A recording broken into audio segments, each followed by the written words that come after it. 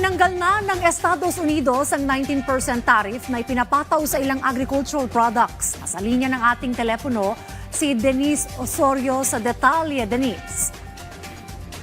Yes, Dayan, malaking ginhawa ang dala ng bagong executive order na inilabas ng US noong November 14 kung saan tinanggal ang 19% reciprocal tariff sa karamihan ng agricultural exports ng Pilipinas.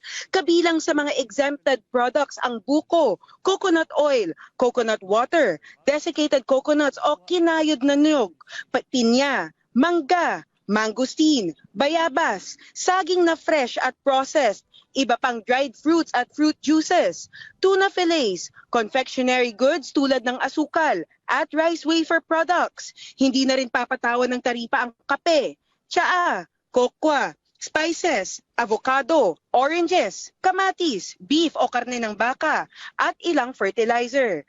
Ayon sa DTI at sa Office of the Special Assistant to the President for Investment and Economic Affairs, higit $1 billion na agricultural exports noong 2024 ang pasok sa exemption, kung saan mahigit 60% ay coconut at coconut derivatives.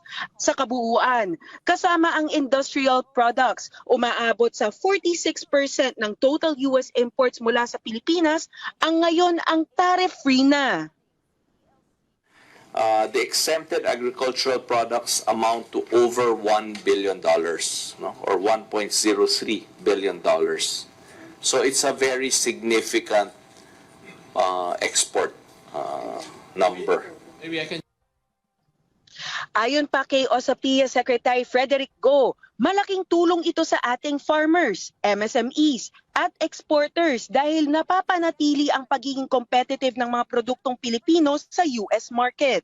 Dagdag naman ni Department of Trade and Industry Secretary Cristina Roque, matagal na itong hinihingi ng Pilipinas mula pa noong Hulyo at nagpapakita ito ng matibay na trade partnership ng dalawang bansa. I think definitely this will be a boost to our agricultural exports, right? But I don't think the effects of this are also instant. No, I think agriculture by its very nature also needs more gestation, more planning, more logistical play. So it's not an instant effect, but it's still good news. Tiling aktibo ang pamahalaan sa pakikipag-usap sa US para masiguro ang iba pang sektor gaya ng garments, travel accessories at furniture habang pinapalakas din ang produksyon sa tulong ng Department of Agriculture.